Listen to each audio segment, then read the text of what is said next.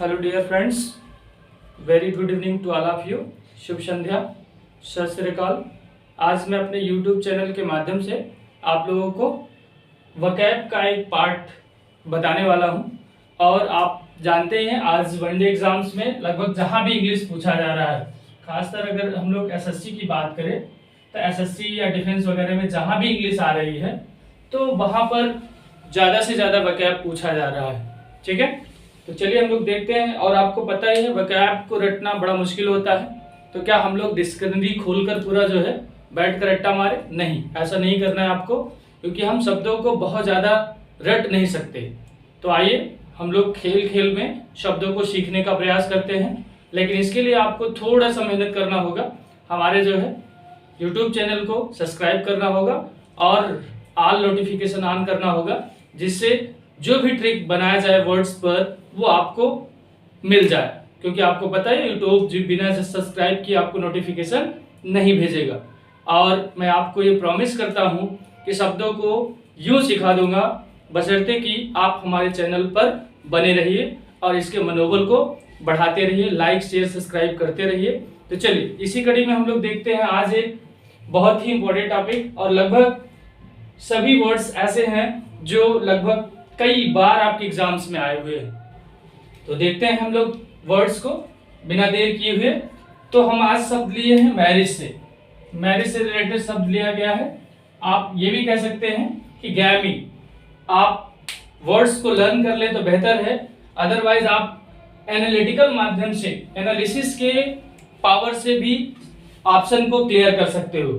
जैसे अगर आपका मैरिज से रिलेटेड वर्ड्स आ रहा है, 3 ऐसे ऑप्शन दिए गए हैं जिसमें गैमी शब्द का प्रयोग नहीं किया गया है, और सिंगल एक ऐसा ऑप्शन है जिसमें गैमी है। तो आप आंख मूंद कर भी ट्रिक कर दोगे तो वो ऑप्शन आपका सही हो जाएगा, बशर्ते कि थोड़ा सा कहा गया है कि नकल में भी अकल लगाना पड़ता है। तो चलिए हम लोग देखते हैं मैरिज से रिलेटेड वन वर्ड सब्स्टिट्यूशन को। तो हमारा पहला शब्द है मोनोगैमी। व्हाट? मोनोगैमी। तो मोनोगैमी का मतलब होता है एकल विवाह। व्हाट? एकल विवाह। मोनो का शब्द वैसे भी आप लोग मोनोबियल पढ़े होंगे मैथ्स में, तो सिंगल होता है। तो इसको हम लोग कहते हैं the practice of what? The practice of marrying one at time. एक से शादी कर रहे हो आप तो उसे हम मोनोगैमी कहेंगे। उसके आगे देखते हैं, अगला शब्द है हमारा पॉलीगैमी। व्हाट? पॉलीगैमी। तो पॉलीगैमी का मतलब होता है the practice of having more than one wife eight a time. आप इसका स्क्रीनशॉट भी ले सकते हैं ताकि आपको लर्न करने में कोई प्रॉब्लम ना हो। उसके बाद हम लोग देखेंगे आगे, है ना।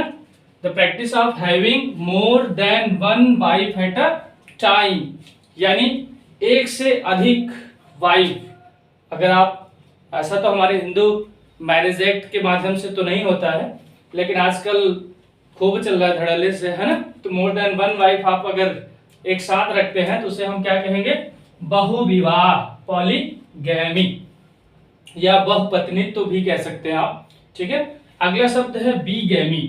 बीगैमी का मतलब होता है मोर देन वन, या 2 कह सकते हो। The practice of having 2 wifes or husbands. यहाँ पर हस्बैंड्स होगा बिकॉज दिस इज 2। तो the practice of having 2 wifes or husbands at a time. एक साथ या एक बार में आपकी 2 पत्नियां या 2 पति हों तो उसे आप क्या कहेंगे? बीगैमी। व्हाट? बीगैमी। अगला शब्द हमने लिया है polyandry. What? Polyandry.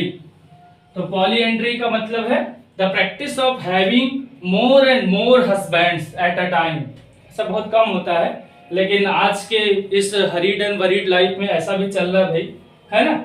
The practice of what? The practice of having more and more husbands at a time, यानी एक बार में जितनी संख्या भाई जितना उनका मन हो, अगर ऐसा है तो उसे हम बहुविवाह कह देंगे, polyandry.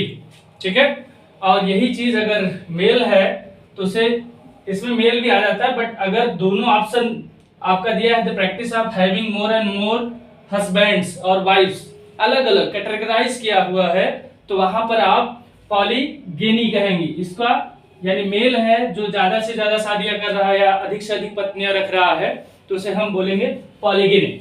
The practice of having more and more wifes at a time. चलिए अब आगे बढ़ते हैं। बहुत सारे आजकल ऐसे भी लोग हो गए जो शादी किए बिना भी शादी का पूरा फायदा उठा रहे हैं ना, उसको हम लोग आज कहते हैं लिविंग इन रिलेशनशिप। तो भाई जो लिविंग इन रिलेशनशिप में है, कोई आदमी या औरत शादी से पहले यानी शादी नहीं हुआ है और संबंध बन रहे हैं, तो उसको हम कॉन्क्यूबिनेज के बोलेंगे। क्या बोलेंगे? कॉन्क्यूबिनेज। नेक्स्ट वर्ड है सेलिबेसी। व्हाट? सेलिबेसी। तो सेलिबेसी में क्या है? A state of abstention from marriage, यानी जो शादी से परहेज करता हो। क्या? जो शादी से परहेज करता हो उसे हम सेलिबेसी बोलेंगे। और अगला वर्ड है आपका matrimony. What? Matrimony. The state of being married, यानी जो शादी की स्थिति बनाता है यानी शादी करने की इच्छा जाहिर करता है उसे हम मैट्रिमोनी कहते हैं। अगला है आपका एडल्ट्री। व्हाट? एडल्ट्री। एडल्ट्री क्या होता है भाई? देख लिया जाए तो ये लगभग आप सबके लिए देखा जाए तो जो आप लोग शादी से पहले इधर उधर मारते रहते हैं ना, वो वाला है the practice of having extra material relations, यानी शादी न हुई हो लेकिन फिर भी रिलेशंस बन रहे हो चोरी छिपे, तो उसे हम एडल्ट्री कहते हैं। या वयस्कपन जो आता है एडल्ट शब्द से बना हुआ है। अगला वर्ड है एलिमनी। व्हाट? एलिमनी, यानी अगर आप ये वाला कर रहे हैं तब तो कोई दिक्कत नहीं, लेकिन अगर और शादियां कर रहे हैं और आप आगे डिवोर्स वगैरह यानी कि साथ छूटता है, तब क्या करेंगे? An allowance paid to the wife on divorce, यानी पत्नी को अगर आप छोड़ दे रहे हैं तो आपको देना पड़ेगा क्या? गुजारा भत्ता। हिंदी में क्या कहते हैं इसको? गुजारा भत्ता, एलिमोनी। तो एलिमोनी शब्द है आफ्टर लिविंग योर वाइफ, अगर वाइफ को छोड़ रहे हैं तो आपको एलिमोनी देना होगा। तो ये आपका देखा जाए तो मैरिज से रिलेटेड वर्ड्स थे और बहुत ही इंपॉर्टेंट वर्ड्स हैं, लगभग कई बार आपके वनडे एग्जाम्स में पूछा गया है।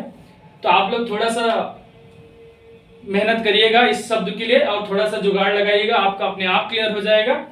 और आगे हम लोग वीडियोस में देखेंगे लॉजी। कौन सा शब्द? लॉजी, ग्राफी, बहुत सारे ऐसे शब्द हैं जो आप देखेंगे कि अगर उस शब्द को लास्ट में या शुरू में आप कॉपी करेंगे तो आपको दिख जाएगा कि हाँ ये वाला ऑप्शन हो सकता है। तो ऐसे वर्ड्स हम सुन लेंगे जैसे फोबिया है, ठीक है? फोबिया, किलिंग या मर्डर्स वगैरह जो होता है उनके अपने इंडिविजुअल वर्ड्स होते हैं, ठीक है? टाइम्स है, पीरियड्स है, तो इनसे रिलेटेड शब्दों को हम लोग लेंगे ढेर सारा। लेकिन इसके लिए आपको मैं एक बार फिर से कहता हूं कि हमारे चैनल को सब्सक्राइब करना होगा और बेल आइकन दबाना होगा ताकि नोटिफिकेशन आपके पास जाता रहे। आज यहीं तक, हम लोग नेक्स्ट पढ़ते हैं next day. Thanks a lot for watching me.